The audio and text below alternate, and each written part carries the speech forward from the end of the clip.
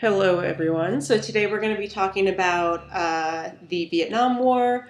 We're, in that sense, going to be discussing Johnson's presidency as well as Nixon's presidency. We'll conclude with the Watergate scandal, and we'll also talk about general domestic happenings in the 1960s and 1970s. I like to show this image for a couple of reasons. This is a Vietnam GI, and first off, I mean, it's very clear that he's quite young.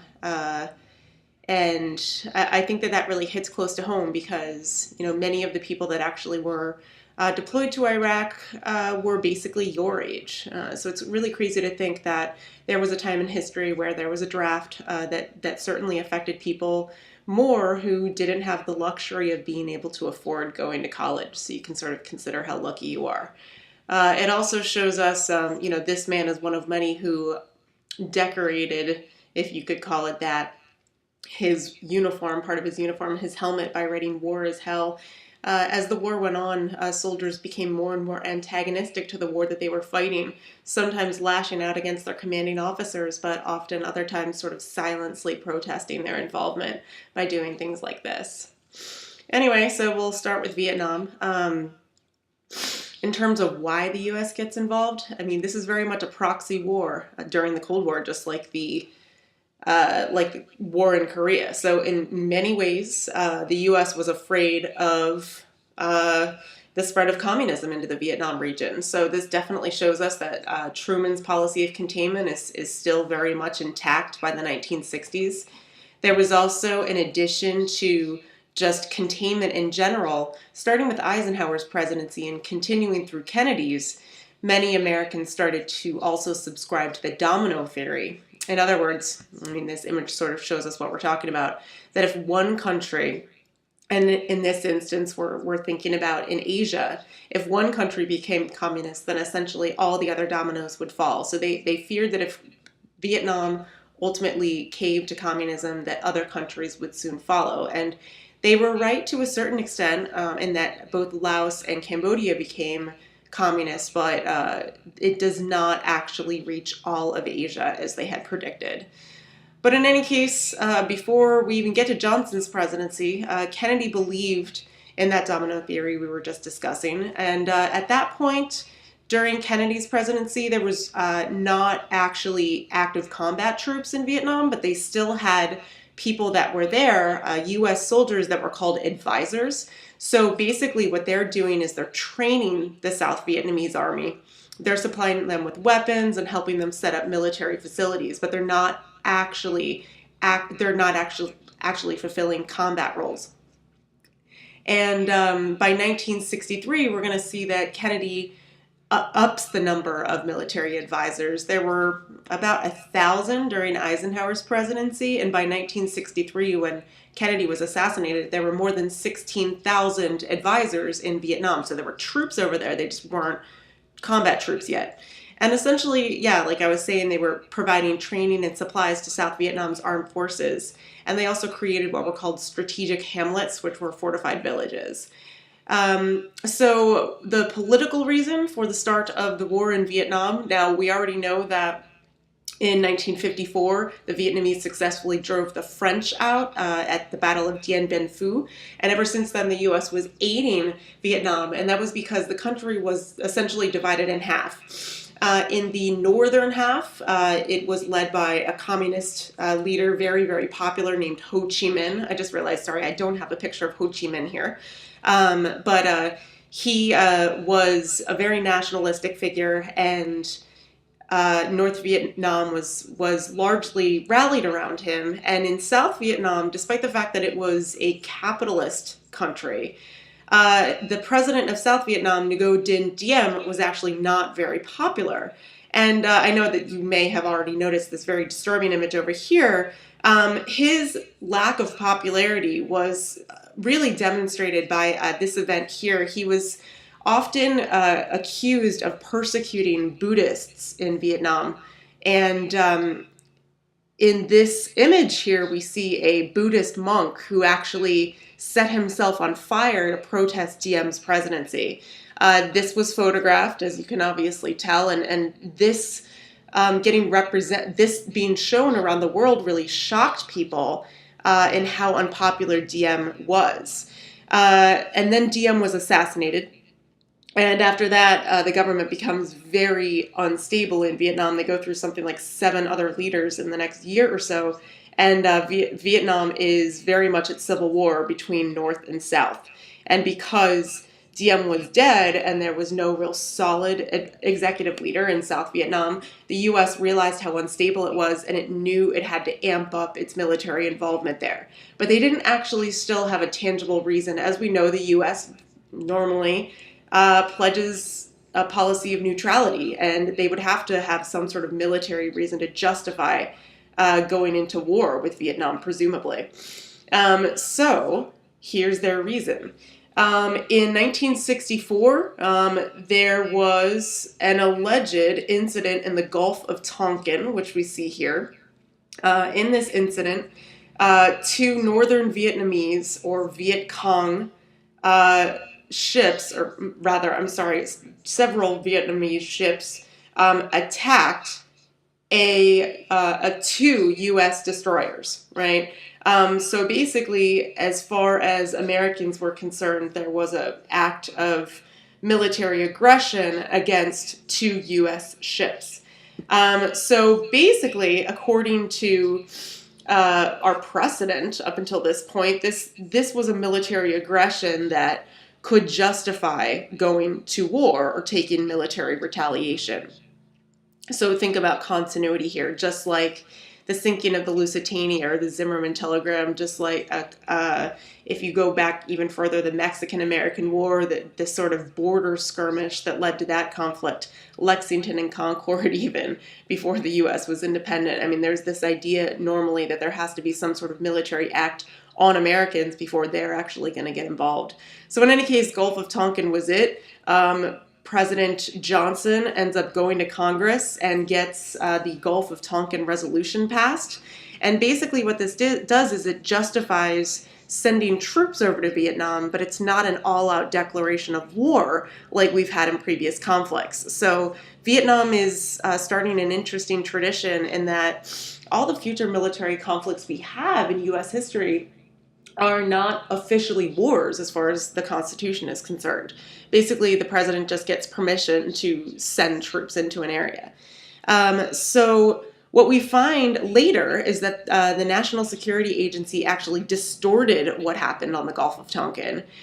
There is some evidence to suggest that the Gulf of Tonkin incident never occurred at all, which could mean that Vietnam, our longest and most expensive war, could have actually been instituted or insinuated by a hoax. So what happens once the U.S. is officially involved in at least military conflict with Vietnam? First, they try to avoid sending ground troops in. So the image on the left shows us Operation Rolling Thunder. Essentially what that was a sustained campaign of air bombing on North Vietnam. These are B-52 bombers, and you can see, how rapidly they are dropping bombs on these areas. The goal of the bombing, like I said earlier, was to avoid sending troops into Vietnam. But what we see happening is, despite the Operation Rolling Thunder campaign, northern Vietnamese troops continued invading South Vietnam. They still had the ability to a certain extent. Some of it is because they have sophisticated networks underground. They also sometimes use the Ho Chi Minh Trail, which cut through Cambodia. And so the air, despite the devastation on the environment and even on the population that Rolling Thunder did, it still wasn't enough to defend South Vietnam. So Johnson starts authorizing sending ground troops into Vietnam, and this period is referred to as escalation. And what we see is by 1969, there are over 400,000 troops in Vietnam, which is a dramatic leap from the 16,000 we saw when Kennedy was president. So we're very much in a large-scale conflict at this point. One of the things that starts to contribute to in this way, one of the other major elements of this historical period is that we start to see a major transition in the public perception of the president. So this, in many ways, has to do with the way in which President Lyndon Johnson was actually portraying the happenings in Vietnam versus what was really happening. So it starts to become clear that Lyndon Johnson was not really open to the public on the escalation situation in Vietnam. So he actually does not make it quite clear how many soldiers were over there. To a certain extent, the reason why he's doing this is that he was trying to promote his War on Poverty, his Great Society program, which this cartoon represents to us here. The idea is that, he wanted to sort of distract the population and make that his top priority. But what we know is obviously Vietnam proves to be entirely too expensive to maintain that illusion. And also when the draft starts escalating, it's obviously very clear that the real war is abroad and not at home.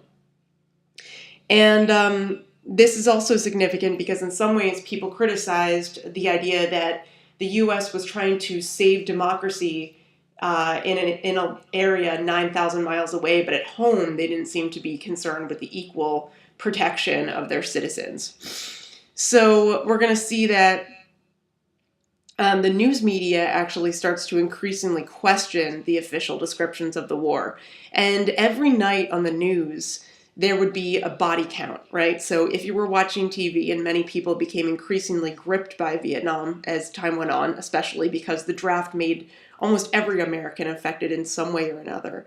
As the mounting casualties become quite clear to the nightly viewers of the news, they start to really question how Lyndon Johnson was handling the war and whether his priorities truly were with his war on poverty.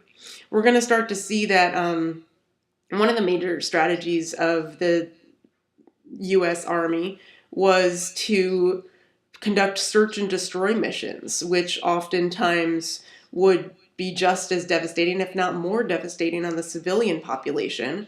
They used chemical warfare, so they would douse villages in napalm and a poison called Agent Orange, which not only damaged the population that was there currently, but it also caused severe birth defects. So there were people who were still affected by Agent Orange poisoning decades after the Vietnam conflict was over. And it also had devastating environmental effects, and Vietnam was a very agricultural country. So what gets worse is that by 1968, we're going to start to see that it becomes increasingly clear that the Northern Vietnamese army was a force to be reckoned with. Americans before involvement really truly believed that they had this superior military and they would be able to, and there was also sort of this racial sense of superiority, sort of the continuation of imperialist sentiments. So because of that, the fact that the U.S. is still involved and there's no real sign of a strategic and successful exit, the Tet Offensive makes it that much more clear to the Americans that this may not be a winnable war. So Tet was a Vietnamese holiday. It was the New Year's holiday for the Vietnamese. And so most of the time in military history, we see that when there is a major holiday, that there's sort of a cooling down of military relations. It's just sort of this general continued respect for humanity. We saw that in World War I, there was a Christmas truce, for example. So the fact that it was a holiday meant that many military regiments were sort of laid back, not really thinking much was going to happen, sort of relaxing. And when the Tet Offensive started, it was a northern Vietnamese strategic attack of a number of different locations in South Vietnam. So this is South Vietnam, and every single red blast that you see here is one of the Tet Offensive attacks. So the U.S. does retaliate against the Tet attacks, and actually they are more successful than the Northern Vietnamese just in terms of casualties. So in that sense, just by pure numbers, the U.S. claimed victory after the Tet Offensive. But the way that Tet was represented at home made Tet seem like much more of a loss to the United States. So one of the things that makes Vietnam particularly influential on the American public was that it was reported heavily and it was photographed constantly. So there were people that actually were in the military, that were representing the media, that were actually capturing these images. And so this is an image of the killing of a northern Vietnamese military leader. So on the one hand, you might look at that and think, well, I mean, technically this is the enemy that's getting executed here. But at the same time, it's just such a brutal image. It's disturbing, and I put it on here because it's disturbing. And that you know that war is a brutal, brutal experience. And the fact that this man is getting shot and there is someone photographing it is disturbing. And these images actually reach the American public, and they start to think about really whether the U.S. should have a role in something so far away. So Tet, in many ways, is just leading us to the beginning of the end of the war in terms of popular opinion. So by 1968, there are the beginnings of peace talks in Paris between North Vietnam, South Vietnam, and the U.S. But there's a quick deadlock in these peace talks, and the war rages for 4 more years. One of the reasons also why we start heading towards war, or heading towards peace rather, is that we're in the middle of a political election campaign. So by surprise, Lyndon Johnson announces to the public fairly late in the game that he's not going to seek re-election. So this is a major happening for the U.S. For the political season, because Johnson wasn't very popular, so he wasn't likely to actually win. But there's an increasing dissatisfaction with the way that the Democratic administration had been handling the war.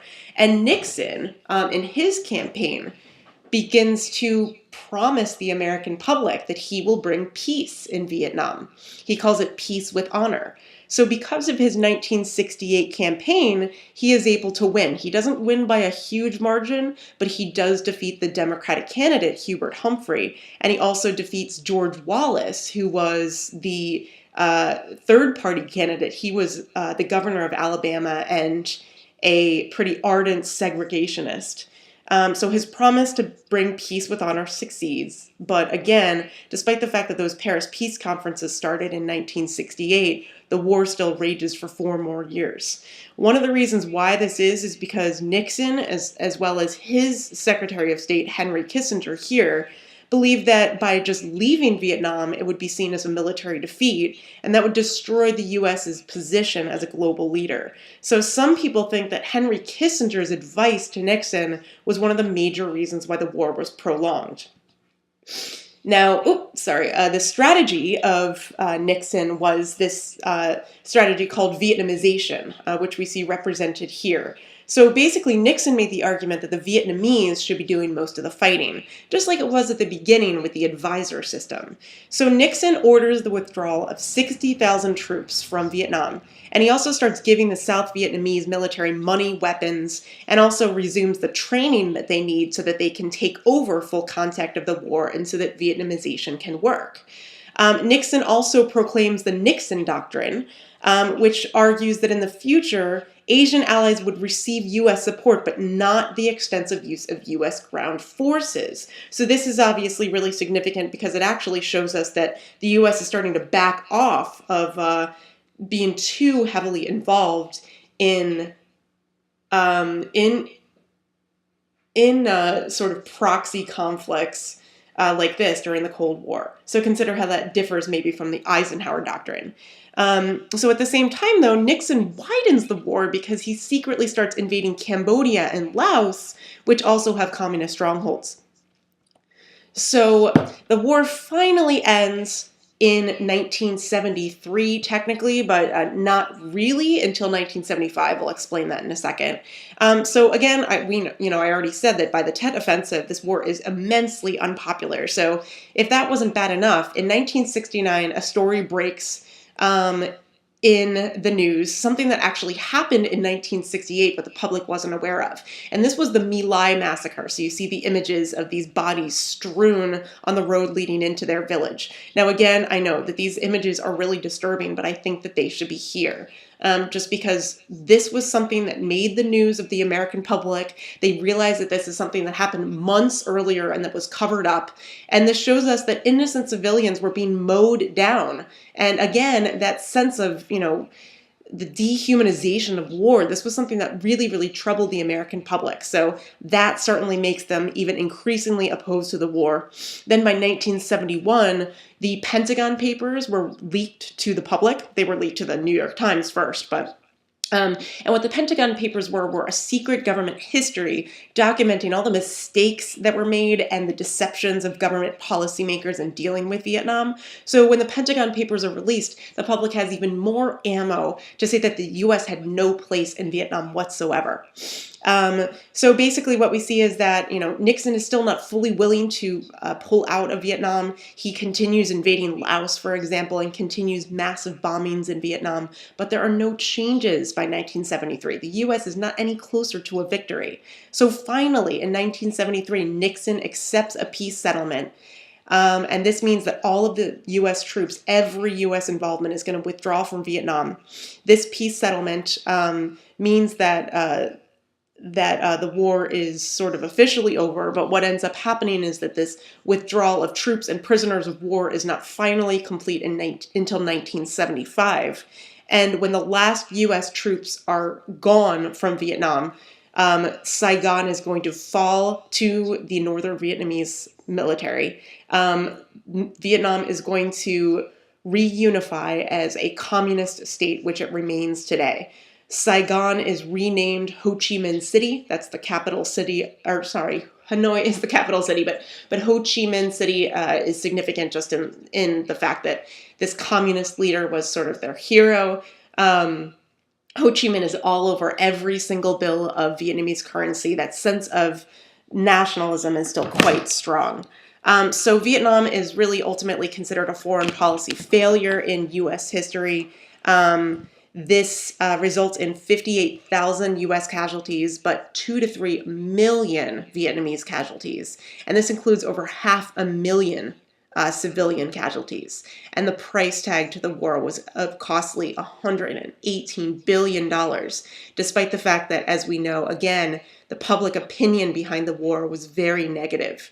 So that's what we'll pick up with. Next, we'll talk about sort of the war at home. I know this was a long video, so thanks for your patience, and